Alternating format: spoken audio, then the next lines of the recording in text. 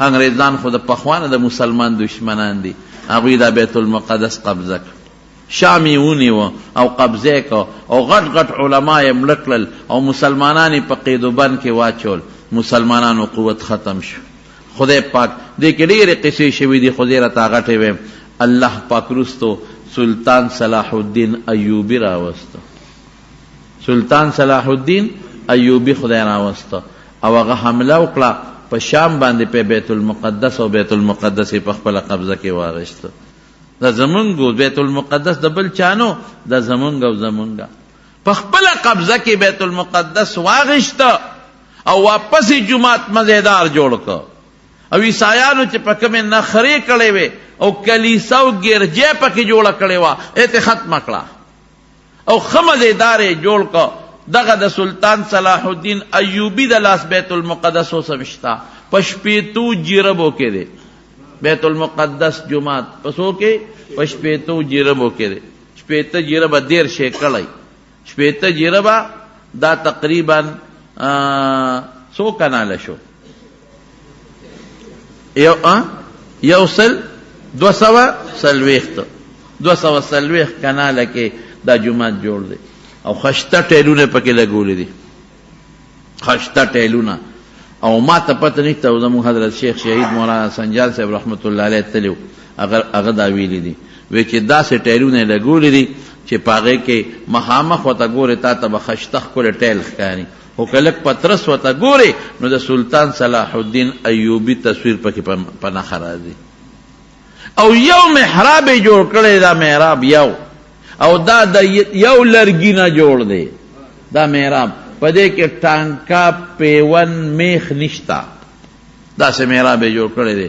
نو لګیو مسلمانانو پکې منځونه کول، آبادو. نو یهودیان غاصبان رالل، نو د بیت المقدس په ښار یې حمله وکړه. نو چې حمله یې وکړه نو ښار یې ونیوه، خو متنازع دی، ګورې په زور یې نیولی دی. نو چې وینیوه نو په دا نیمه کې وله دیواله وه، نو نیمه مسلمانانو ته پرېښود چې په دې کې تاسو خپل عبادت کوئ، او په نیم کې غیزان له خپله عبادت خانه جوړه کړه. نو اوس نیم بیت المقدس د هغوی عبادت خانه ده او باقي نیم پاتې دی. ای مسلمان ته پرېښی دی، خو څنګه مسلمان ته پرېښی دی؟ په دروازو یې مسلمان نشته، په دروازو یې یهودیان پولیس ولاړ دی، په دروازو یې د یهودیانو پوج ولاړ دی، په هغه نیم هم. نو که څوک پریدي جومات ته نو بس د هغوی اختیار دی، او که څوک نه پریدي نو واپسې کی. اوس دا بیت المقدس هغه جومات دی چې رسول الله مبارک 14 میاشتې څه د پاسه دې ته مونځ کړی دی په مدینه منوره کې. لومبی رسول الله مبارک بیت الله ته مونځ کاو، حضور پاک به لومبی بیت الله ته مونځ کاو. چې کله مونځ نو فرض به رسول الله مبارک بیت الله ته مونځ کاو. او که کم وخت رسول الله مبارک ته پیغمبري نه ده میلاو شوې او په غار حرا کې مونځ کوي، نو بیا بیت الله مبارک ته مونځ کوي، بیت الله شریف ته. د هجرت نه 3 کاله مخکې الله پاک ورته حکم وکړ چې بیت المقدس ته مونځ شروع کړه، په مکه مکرمه کې د هجرت نه 3 کاله مخکې. نو بیا به نبی علیہ السلام بیت المقدس ته په داسې طریقه مونځ کاو چې دی خوا به ودرېده، نو به بیت الله ته مخو، به بیت المقدس ته مخو، په داسې طریقې مونځ کاو. خو چې کله نبی علیہ السلام د مکې مکرمې نه مدینې ته هجرت شروع کړ، نو بیا په هغې عمل ممکن نو، بیا دواړو ته مخ کولی نه شو، نو بیا بیت المقدس ته مونځ کاو، هغې ته یې مخ کاو. نو چې مدینې منورې ته ورسېد، نو په مدینه منوره کې 14 میاشتې او تقریبا 3 ورځې نبی کریم صلی الله علیه وسلم بیت المقدس ته مونځ وکړ، مکمل بیت المقدس ته مونځ کاو. 11 میاشتې یا 14، ځکه په 12 د ربیع الاول نبی کریم صلی الله علیه وسلم مدینه منورې ته رسېدلی، او قبله چې بدله شوې ده، نو په بل کال نه پس بیا یا د رجب په 15 د ازبرګې په 15 او یا د شوقدر په 15 اختلاف پکې شته، بیا تحویل راغلی دی، قبله بدله شوې ده. نو نبی علیہ السلام مبارک په مدینه منوره کې یو ښځه وه، د هغې زوی وفات شوی و، ثابت ابن قیس. نو نبی علیہ السلام د هغې مور له تعزیت له تلی و، عذرخواهي چې تاسو ورته وایئ، فاتحه خوانی چې مونږ ورته وایو الته تلو نو الته یو جمعاتو یو ځای په هغې کې مونځ کاو مسجد د بنو سلمه ورته وایي دا جمعات اوس هم شته اوس ورته مسجد قبلتین وایي دا حاجیان صاحبان چې لاړ شي نو د جمعات ته ځي نو 2 رکعاته نفل پکې کوي وادي عقیق ورته وایي دا ډېر برکتي علاقه ده نږدې ورسره بلکل نږدې دې سره د جامعه اسلامیه د مدینې منورې اسلامي یونیورسټي چې ورته وایي او داسې ډېر نږدې ورسره هغه کویم دی کوم چې حضرت عثمان رضی الله تعالی عنه د یهودي نه په بیه اخیستی او مسلمانانو ته وقف کړی هغه کویم ورسره دی بیر عثمان بیر رومم ورته ویل کېږي هغه کویم ورسره خوا کې دی نو حضور پاک د ماسپخین په مانځه ولاړو بیت المقدس یا بیت المقدس قبله وه هغې ته نبی علیہ السلام مونځ کو صحابه ورپسې و دې کې حکم راغی په مانځه کې دنه فول وجهک شطر المسجد الحرام وحیث ما کنتم فولوا وجوهکم شطرا بس اوس تاسو بیت الله ته مخ کې او نبی علیہ السلام به خدای ته لاس اوچتول قد نرى تقلب وجهك في السماء فلنولينك قبلة ترضاها ار وخت به نبی علیہ السلام لاس خدای ته اوچتاو چې یا خدای پاکا مال دا بیت الله واپس قبله کې یا الله دا بیت الله را واپس قبله کې او اسمان ته به قتل چې وحی به کله راځي کله به جبرئیل علیہ السلام راځي نو 2 رکعات بیت المقدس ته کړیو او دې کې وحی رااله بمون بیت الله ته کدا باقی 2 رکعات نو صحابه ته خو پته و چې نبی علیہ السلام دعاګانې کوي صحابه ته خو پته و چې رسول الله مبارک اسمان ته سر مبارک اوچتی نو نبی علیہ السلام په مانځه کې راوګرځېده لکه مثلا چې هغې طرف ته مخی او صفونه هغې طرف ته مشرق طرف ته مثلا او نیغ بیت المقدس هغې طرف ته بیت الله اپوزیټ بالکل دی بل طرف ته دی نو بس صفونه دی خوا شو مخونه یې راوګرځول نبی علیہ السلام په صفونو کې نیغ راغی او دی بل طرف ته ودرېده دا هغه زمانه وه چې په منځ کې ګرځېدل جایز و دا هغه زمانه وه چې په منځ کې خبرې هم جایز وې دا لومبه زمانہ وا منځ کې به خلق یو بل سره خبرې کولې سلام به واچو السلام علیکم ورحمت الله نو مانځه کې به خلق جواب ورکو علیکم السلام منځ کې به تپوسو کې یو سړی براغي بل نه به تپوسو کې 100 رکعات شوي دي هغه به یا یو شوي دي یا 2 شوي دي نو په مانځه به ودرېد نو دې وخت کې منځ کې خبرې هم جایز وي او دې وخت کې په منځ کې ګرځېدل هم جایز شو وروستو بیا دا آیت نازل شو چې قوموا لله قانتین نو په مانځه کې خبرې بند شوې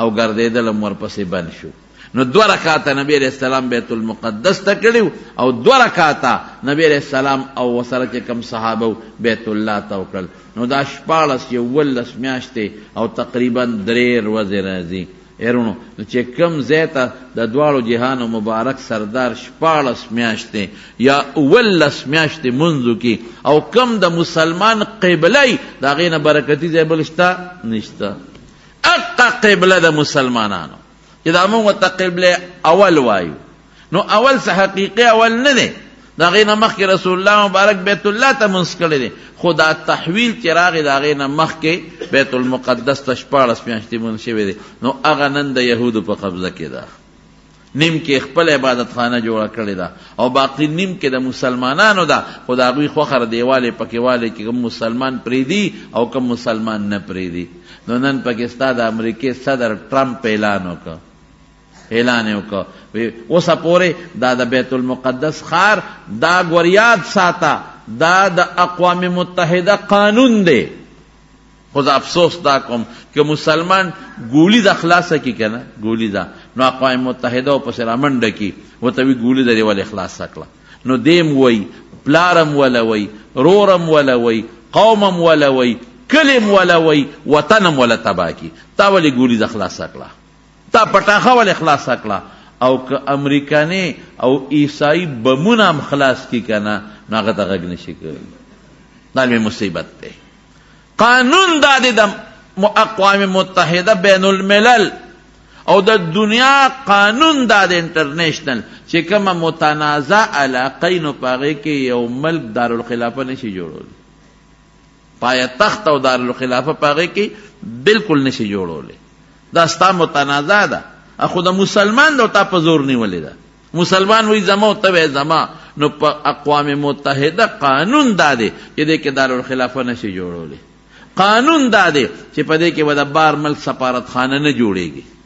بس ټیک ده چې کم زورور شو د هغه ده په زور نیولې شوې ده، لیکن د قانون خلاف ورزي وکړله ټرمپ د امریکې صدر او اعلان یې وکړ چې نه یهودیان دې دلته دارالخلافه جوړه کړي چې دا بس د هغوی قوي شي. بس دارالخلافه جوړه شوه لکه اسلام آباد غوندې، خو قوي شو که او خپله اعلان یې وکړ چې زما کومه سفارتخانه ده دا دې ملته جوړه شي.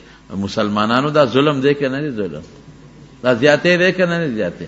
نن په ټوله دنیا کې د هغې دپاره مظاهرې شروع دي.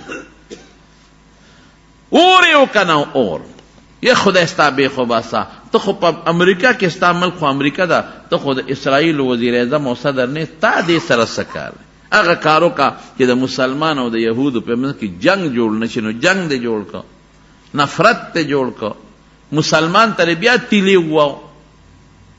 زمارونو دا ولې دا ظلم کېږي مسلمان سره؟ دا په یمن کې او دا په شام کې او دا په فلسطین کې او دا په برما کې او دا په کشمیر کې او دا په مختلفو ملکونو کې نن د مسلمان په سر دا اور ولې بل دی؟ دا ولې؟ موږ دعا ته ناست یو، موږ به دعاګانې کوو، موږ مظاهرو ته ناست یو، موږ په سړک چغې وو، موږ جلسو جلوسونو ته ناست یو، موږ په جلوسونه کوو. اب هم وایي دا ولې؟ دا مسلمان خپل رب ته شا کړی ده، مسلمان خپل رب ته شا کړی ده، هغه سزا موږ ته ملاویږي. موږ خپل قومي وحدت پرېښی دی، موږ خپل منځ کې 50 ډلې شوي یو، موږ خپل منځ کې 50 ډلې جوړې شوي دي او اختلافات هم جوړ کړي په خپل منځ کې. ملي وحدت قومي وحدت مو پرېښی دی، موږ خدای ته شا کړې ده، موږ بربند شوي یو، زموږ خویندې بربندې شوي دي، زموږ لوڼه بربندې شوې، زموږ میندې بربندې شوې، موږ بورقې وغورځولې، موږ صادرونه وغورځول، موږ لوپټې په سر کړې، لوپټې هم بیا وغورځولې، سر تور سرې شوې زموږ پیغلې، بیا د هغې نه پس کمیسونه پیغلو وغورځول، بنینونه یې واچول، هغې نه پسې پرتوګونه وغورځول، پتلونونه یې واچول. کمیسونه چې چا چولې دي نو لستوڼې ورسره نشته، او پرتوګ چې لاندې نیمې خپې ورسره لاندې ښکاري. رښتیا ویم که دروغ ویم؟ نو په دې الله خفه دی که نه؟ الله خفه شو. نو قانون دا دی چې زما بچی او پردی بچی په جګړه شي، نو هوښیار سړی هغه دی چې پردي بچي له ډب نه ورکوي، چا له ډب ورکوي؟ خپل له ورکوي. نو مسلمان د الله خپل دی، د له ډب ورکوي، دی خپل دی، دی خپل بنده دی، ایم بندگان دام خو دی خپل دی، دی مسلمان دی، نو سپېړه دی له ورکوي، دی له سپېړه ورکوي. ولې داسې کوې؟ ولې بربند شوې؟ ولې دې خور بربنډه کړه؟ ولې دې ښځه بربنډه کړه؟ ولې د خدای رحم بند شو؟ کلم چې د انسان د حیا ختم شي، د ښځې د خدای رحم بند شي، د رحمت فرشتې بند شي.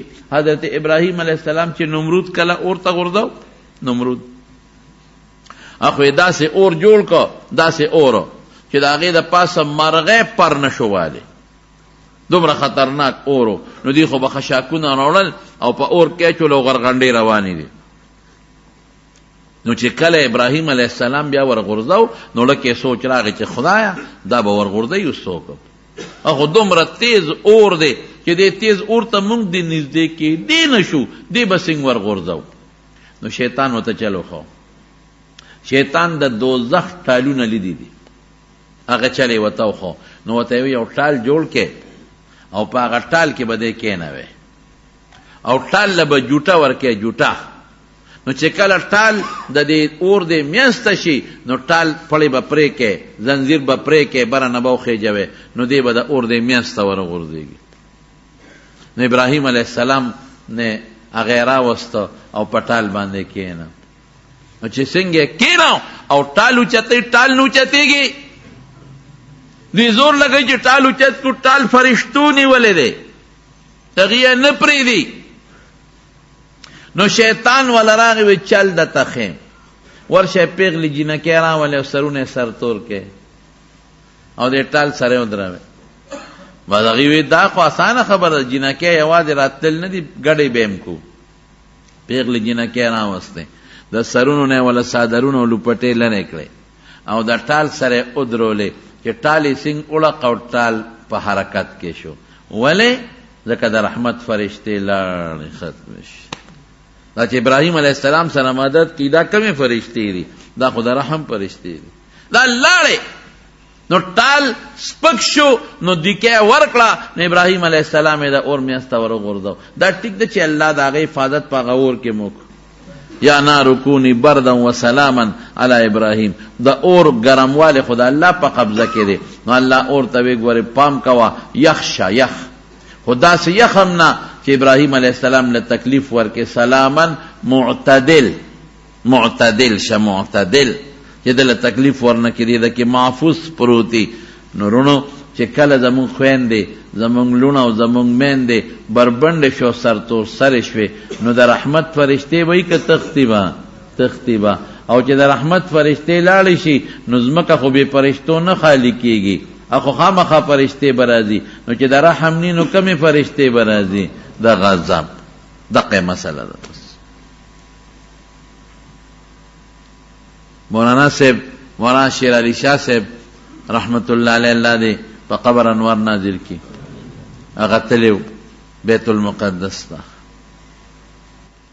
علماء تلی دی بیت المقدس تا هغه زمانہ کې چې لا يهوديانو نونی ولې لا د مسلمان په قبضه کې خپکهګه ما مونږ خو دعاګانې کو لیکن مونږ وایو چې الله برحم کوي خو ته خوم خدای خوشاله کا کنه تو ولی اللہ خپکے نوی پلار تیرے دما اللہ اکبر د بیت المقدس په خار کې پلار تیرے دما نو یو دکاندار را پسې आवाज وکړ چې اے سیکا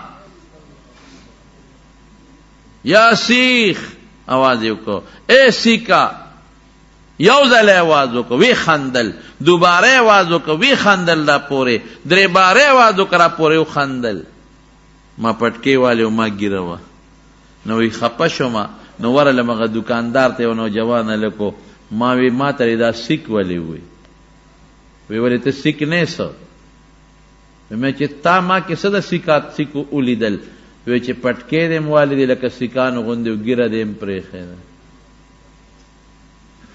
وی ما وسره باس شروع کو ما وی تاسو بچی دا چای مسلمانې که کافر ا دکاندار ته وینا مسلمانې ما وی تاسو صحابه بچی تاسو دا چا بچی بیت المقدس بیا د رسول الله مبارک نه پس د حضرت عمر فاروق په زمانہ کې فتح شوه دی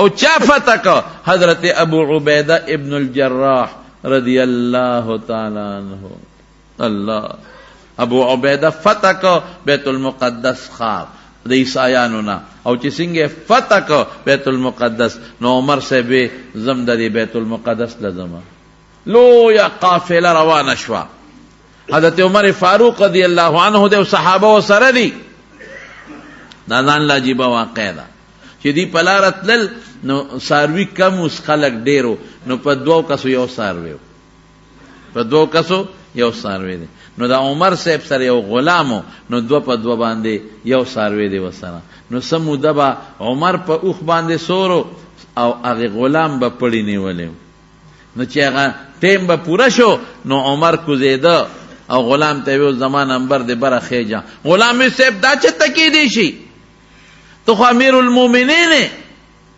تا نه ټوله دنیا رپیږي په hebat کې دا سن کېږي بس ما به پړی نیولی زبا گزاره کوم زم به تبه بره ناسته هغه قیامت پر ورځ بسکو د خدای دربار کې بسکو ته پیاده لري مدینه نه ما بوزي تر شام پورې خېجه برا دې تعمیر المؤمنین وای دغه مسلمانان ګټي کولی شي دا مسلمانانو له خدای فتح او نصرتونه او کامیابی ورکي زمونږ د غلو لنا د ډاکوانو لنا زمونږ د غلو ډاکوان دي ګټي دی له خدای ورکي نو غلام بچ نمبر راغی نو پړې بهونی عمر صاحب ببرو خط او چې کله به د عمر صاحب نمبر راغی نو غلام ببرو خط او پړې بابو حضرت عمر فاروق نیولیو غلام برا نو چې کله عجیب دا وا چې کله د خار ته داخليږي کنه مصر تلا داخليږي هغه شام لا رسته دی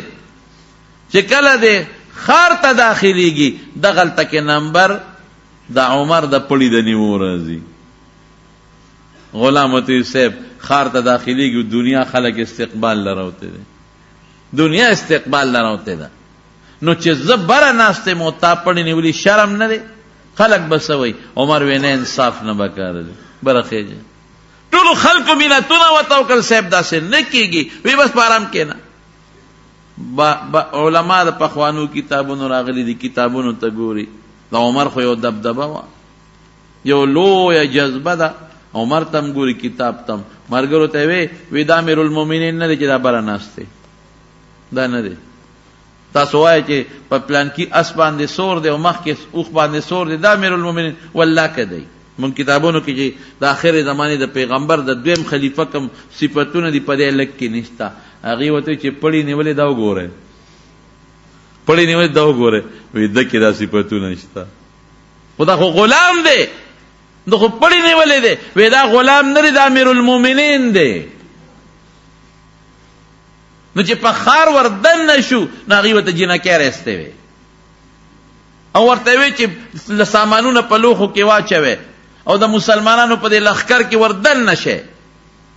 وردن نشه د پدی باندې چې مونږ په تاسو سامان خرڅو ګولې خرڅو دې زمانہ کې مثلا بل شي خرڅو نو دی په نظرونه پتا سو لګيږي او کله نور څه مطالبه کوي نه پورا کوي چې دا مسلمان برباد کو وری عموما چې کافر مسلمان نیولې دې په دقه را نیولې د مسلمان د نیوکو طریقه دقه ده وردن نشه په دې فوج کې جازانونه بربند کې خلک هم خولې دا علاقې خشته دي او که نور څه مطالبه کوي مې منه الله عمر صاحب یو خوش आवाज تاوي وې د قران شریف د آیت تلاوت وکړه قل للمؤمنین یغضوا من ابصارهم مسلمان ته اعلان وکړه چې نظر ښکته کا او د خپل اندامونو حفاظت وکړه او مسلمانو خذو تموایا الله وای چې نظر ښکته کا او د خپل اندامونو حفاظت وکړه هغه قاری لګیا د تلاوت کوي او صحابه سرونه ښکته کړل یوې خدای تم نیغ نه ګوري یو خدای ته نظر قدرم اونکو او دا مسلمانانو ګټه دې خلکو کړی دي نن خو په موږ پسې بربندتوب پور تر دن نه کنه خو خو به خلک سینماله په خبر تتل فلم لبا په خبر تتل اوس په برستن کې دن نه فلم ګوره او چې کم نمبر فلم ګوره نه ګوره الکه بلو پرنٹ غږیږي په خبر کې مونږ هم چغې والے تاب هم چغې والے بلو پرنٹ ته او بربند تصویر دی او دادی او دادی نن د کوټه د 1200 د تو کالو ماشوم په بلستان کې دن بلو پرنٹ ګوري نن با تو کالو د شپږو کالو ماشوم لمتا دولشته موبایل غشته دی او په بلستان کې دن پروت ته بربند جنې وته غړيږي دروغ هم کرشتیا به موایا د قوم سره به خدای مدد وکي مال داستر کې خدای دې لرا کړی مال دا غوګونه خدای دې لرا کړی مال دا ازله خدای دې لرا کړی مال دا اندامونه خدای دې لرا کړی دي والله اخرجکم من بطون امهاتکم لا تعلمون شیئا الله وی د مور د ګډه نه مروسته اسنه نه خبر وجعل لكم السمع وغم درک والابصار استرګ می درک والافئده ظلم می درک لعلکم تشکرون چې د دې نعمتونو قدر وکړي او مفسرین لیکي وی دا سترګو قدر دا د شکریا دا د چې ته په نیکو ته وګوري ګناه ته په نه ګوري دا د سترګو نه شکرې دی وکړه کوم مقصد لته خدای اندام پیدا کا هغه مقصد ته والی وی د شکر دی دغه وخت شکردار چې ته په نیکی ووري ته په ګناه په موبایل نه ووري د سترګو شکردار چې ته په نیکی ته وګوري بربند جی نه تنه نو مونږ غړې په غړې رب خپک غړې په غړې رب خپک مونږ خپک زمونږ خويندو خپک زنانه ول مونږ دا غټه غټه موبایل غشتي دي نو چې ته په ګن ګوري خدای ته وګوري دی په ګوري په نه ګوري هغه په بیت الله ګوري هغه هم په ګوري کنه ته ګورې هم په ګوري کنه نو زنانه او نارینا راکوټه او لوی ټول په ګناه سر دي ټول د سرګو ګناه کړي ټول د غوګونو ګناه کړي نو رب کم له رحم وکي په غم اخته کړی دی امت نن په ګند اخته دی، نن امت په مصیبت اخته دی. واړه ماشومان د تعلیم نه وتل، موبایل د سکول واړه د موبایل نه د تعلیم نه وتل، موبایل بابو سره په دفتر کې موبایل، د سکول استاد سره موبایل، ډرایور سره موبایل، مولا سره موبایل، طالب سره موبایل، شیخ صاحب سره موبایل، پټکی والا صاحب سره موبایل، ګیرخریلی سره موبایل، او ټول دغه موبایلونو ته ګوري. هیڅ هم نشته، خبره ختم. هلته داسې نشته. په بار ملکونو کې هغوی بیا هم ګزاره کوي. ما ته مخکې ورځ کې انګلینډ نه یو سړي تیلیفون وکړو، مسلې تپوس یې کو. نو چې مسلې جواب مې وله ورکړي، جي یو مسله بل هم ده، خوا به راته بیا بل وخت ټیلیفون وکړم. مې وایه خیر زه فارغ یم. وی نه جي زما ډیوټي شروع کېږي، زما سټور کې پرایویټ سټور کې ډیوټي شروع کېږي، ور روان یم. نو مې ولې ډیوټی وي؟ ډیوټی داران کې په موږ باندې موبایل بند دی، موبایل باندې استعمال مکمل به بند دی. نو هغوی خو ډیوټی کې نه استعمالی او تا ته وی استعمالوه. الله اکبر. نو موږ جاړو نن. نو هغه ورته وایي یو هغه وخت چې هغوی کوشش کو ستا په مسلمان په مصر کې او په شام بیت المقدس په ښار کې چې جنکۍ ورګډې کې، هغه وخت چې سرونه یې ښکته کړل، ښځو ته یې ونه کتل. یا ورته څه وایي؟ نو ډاکټر صاحب وایي ما ورته وایي چې بچې مسلمان یې وي، یو افسوس د چا بچي یې، تاسو خو د صحابو بچي یې، تاسو خو د تابعینو اولاد یې، او نن تا ته پته نشته چې ګیره د چا نښه ده. تا ته پلار نو ویلې چې ګیره د مسلمان نښه ده؟ تا ته نیکه نو ویلې چې ګیره د مسلمان نښه ده؟ تا ته پلار نیکه نو ویلې چې پټکې پیغمبر په سر کړی دی؟ وی نور دکانداران هم راغون شو، هغه هلک یې ملامته کړه چې دا ته څه کوې؟ یاره وی ما ته خو پته نه لګي، خو مونږ ګیرې والا چې وي نو به څه کېنو، پټکي والا چې نو به څه کېنو. دا حال اوس په دغه خلکو به عذاب د خدای راځي که به نه راځي؟ ان الله لا یغیر ما بقوم حتی یغیروا ما بانفسهم. الله و عزت تا نه خرابوم تر څو چې ته ځان په خپله خراب نه کې. تا زه نه خرابوم تر څو چې ته ځان په خپله خراب نه کې. نو نن موږ دین پرېښی د دین کار هم پرېښی دی. هلکه رښتیا وایم که غلطه دی؟ دین مو پرېښی د دین کار مو پرېښی دی. نو بس خدای خفه دی که نه؟ نو خدای به مې خامخا وایي، خدای به مې خامخا خفه کوي. دغه حالت دی. اوس جومات ته چې مانځله ځم د بیت المقدس څنګه وه؟ عالم لیکي وی نږدې مې کمره واغېسته د بیت المقدس جومات سره، چې ما وی چې دا خو به ډېره دنیا دی جومات ته راځي، نو نږدې کمره لمه چې دغوندې په اسانه زر لومبي صف ته ور ورسم. وی سار وختي پاسېدم چې ورلم د جومات دروازه بنده ده، بنده ده. ما وی زه شکر دی که خیري کار وشو چې دروازه څنګ کولاویږي، نو لومبې به زه ورننوځم چې په لومبي صف کې امام پسې ځای ونیسم. وی سات تیرېده، رڼا ورو ورو لګېده. خدای پاکه لار مې غلط تکړه کسي. چا نه مې تپوس وکړو چې د جومات کومه دروازه کولاویږي؟ وی همدا دلته ودرېږه اوس به امام راشي. وی ولاړم دی کې موټر راغی، هغه ودرول ته کار پارکینګ د موټرو ځای و، هغې کې ودرو او یو سړی ترې راکوز شو. ګیرې هم نشته او برېت هم نشته، پتلون کې دی، شارټ پتلون او بنین کې دی، او سګرټ یې په خوله کې دی، هغه راکاږي، او چابیان یې راوستې دروازه یې کوله وکړه، او ما ته یې نیغ نیغ وکتل. وی دی مخکې دی زه ورپسې شم. خدایه پاکه د بیت المقدس د جومات خادم ته ګوره او دی شکل او سګرټ. وی چې څنګه دا نه چې جومات کې سګرټ راښکه؟ ما وی خادم بی. وی چې څنګه ورغی؟ وی هغه سګرټ د پاره لوښي پراتو په جومات کې، سګرټ و بورې هغه لوښي نه، هغې کې سګرټ کېښود او لوډسپیکر له ټک ورکه بانګ یې شروع. خدای پاکه ما خو دا د جومات خادم دی، دا خو بانګي دی، مؤذن دی. عجیبه دا وه چې سګرټ نه به یو کش راښکه او یو به الله اکبر وی. سګرټ هم خلاص شو، بانګ هم خلاص شو. پریشان خدای د دې بیت المقدس د جومات دا خادم، دا مؤذن. لږ ساعت پس امام صاحب راغی. امام صاحب چې راغی ما خو نه پېژن چې امام دی، مې دا به مقتدي. او سړی راغی او ګیره برېت یې خریدي دی، پتلون یې چولی دی، او ټی یې مخ یې ویزان ده، او صاحبه سونا مونا دی، او هغه سره هم سګرټ دی. چې راغی په مصلی ور مخکې شو، هغه امامو، هغه ته ځان له د سیګریټو لوښې پروتو، په هغې کې سیګریټ کېښوده. قسم ده چې وي د سپونو مخکې د سیګریټو د بوري لوښې پراته.